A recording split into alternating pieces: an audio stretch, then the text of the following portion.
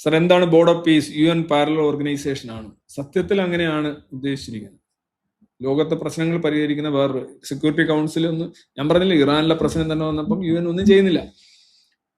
ഗാസയിലെല്ലാം മൊത്തം ഉമ്മത്ത് പൊളിറ്റിക്സ് ആണ്. അപ്പം അങ്ങനെയുള്ള ഒരു ബോഡിക്ക് അതിന്റെ റെലവൻസും അതിന്റെ സാങ്ക്ടിറ്റിയും നഷ്ടപ്പെടുന്നു എന്നുള്ളതാണ് ഇവിടെ സംഭവിക്കുന്നത്. അതായത് UN കമ്മ്യൂണൽ പൊളിറ്റിക്സിന് കീഴ്പ്പെട്ടു. അതിനെ കൊണ്ട് ഒന്നും ചെയ്യാൻ പറ്റുന്നില്ല. കാരണം അവർ ചുമ്മാ കുറെ ഇസ്രായേലിനെതിരെ 44,878 പ്രമേയം പാസ്സാക്കിക്കൊണ്ട് ഓരോ ദിവസം 20 പ്രമേയം 30 പ്രമേയം വെച്ച് ഇസ്രായേലിനെതിരെ പ്രമേയം പാസ്സാക്കാനായിട്ടൊരു ബോഡി. പിന്നെ അവിടുത്തെ ഉദ്യോഗസ്ഥന്മാരെല്ലാം ഇത് കണക്ക് ഹമാസുമായിട്ടും മറ്റേ ഉൺറയായിട്ടൊക്കെ ലിങ്ക് ചെയ്ത് ടെററിസത്തെ അപ്പീസ് ചെയ്തും കൺട്രോൾ ചെയ്തും ഒക്കെ പോകുന്ന ടീമുകൾ. അപ്പം സ്വാഭാവികമായിട്ടും ഇതാണ് സംഭവിക്കുക. ഇതിന് വശംവദമാകുകയാണ് ശരിക്കും ഫ്രാൻസും ബ്രിട്ടനും ഒക്കെ ഉൾപ്പെടെ യൂറോപ്യൻ രാജ്യങ്ങളും ചെയ്തത്. അവരിപ്പോൾ പാലസ്തീനെ അംഗീകരിക്കാത്ത പാലസ്തീനെ അംഗീകരിച്ചുകൊണ്ടൊക്കെ വലിയ പ്രശ്നങ്ങളൊക്കെ ഉണ്ടാക്കിയായിരുന്നു.